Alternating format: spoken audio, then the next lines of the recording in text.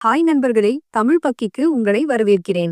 இன்னைக்கு நம்ம பார்க்க போறது பாக்கியலட்சுமி சீரியல்ல அடுத்த திருப்பம். விஜய் டிவியில் ஒளிபரப்பாகி வரும் பாக்கியலட்சுமி சீரியலில் அடுத்து என்ன நடக்க போகுதுன்னு தகவல் வெளியாகி இருக்கு. அதாவது இந்த சீரியல்ல பாக்யா மற்றும் கோபி ரெண்டு பேரும் கழுத்துல மாலையோட இருக்கும் போட்டோக்கள் இணையத்துல வெளியாகி இருக்கு. பாக்கியலட்சுமி சீரியல் முடிய போகுதுன்னு போன மாசமே தகவல் வெளியானது. அதனால இந்த சீரியல்ல முடிவு எப்படி இருக்கும்னு ரசிகர்களுக்கு எதிர்பார்ப்பு இருந்தது. ஏற்கனவே இந்த சீரியல்ல இதுவரைக்கும் இழுத்து வந்த பிரச்சனைகள் எல்லாம் ஒவ்வொன்றாக முடிவுக்கு வந்தது. கோபியை 2வது கல்யாணம் பண்ண ராதிகா விவாகரத்து செய்துட்டு விலகி போயிட்டாங்க. அதனால கோபி பாக்யா வீட்டுக்கு வந்தாரு. ஆனா பாக்யா அடுத்த பிரச்சனைகள் வந்தபோது கோபியை மறுபடியும் வீட்டை விட்டு துரத்தி விட்டாரு. கோபியோட ஈஸ்வரியும் வீட்டை விட்டு கிளம்பி போயிட்டாங்க. அதுபோல இனியா பாக்யாவோட தோழியான செல்வியோட மகனை காதலிக்கும் விஷயமும் குடும்பத்துக்கு தெரிஞ்சு பெரிய பஞ்சாயத்து நடந்தது. அதுபோல பாக்கியா சொன்னதுக்காக இனியா தன்னோட காதலன் ஆகாஷ் கிட்ட பேசாம படிப்பை முடித்துட்டு இப்போ வேலைக்கு சேர்ந்திருக்கா. இந்த நேரத்துலதான் இப்போ பாக்கியாவுக்கு புது பிரச்சனை வந்திருக்கு.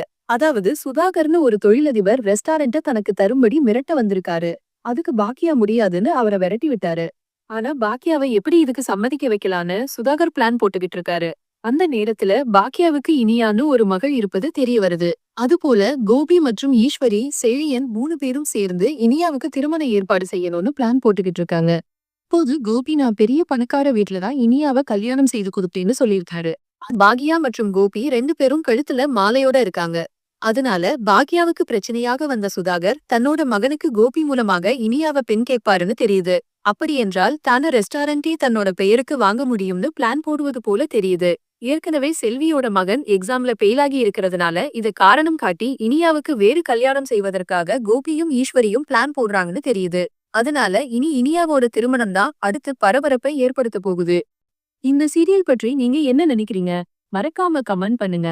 இந்த வீடியோ உங்களுக்கு பிடிச்சிருந்தா லைக் பண்ணுங்க, சப்ஸ்கிரைப் பண்ணுங்க.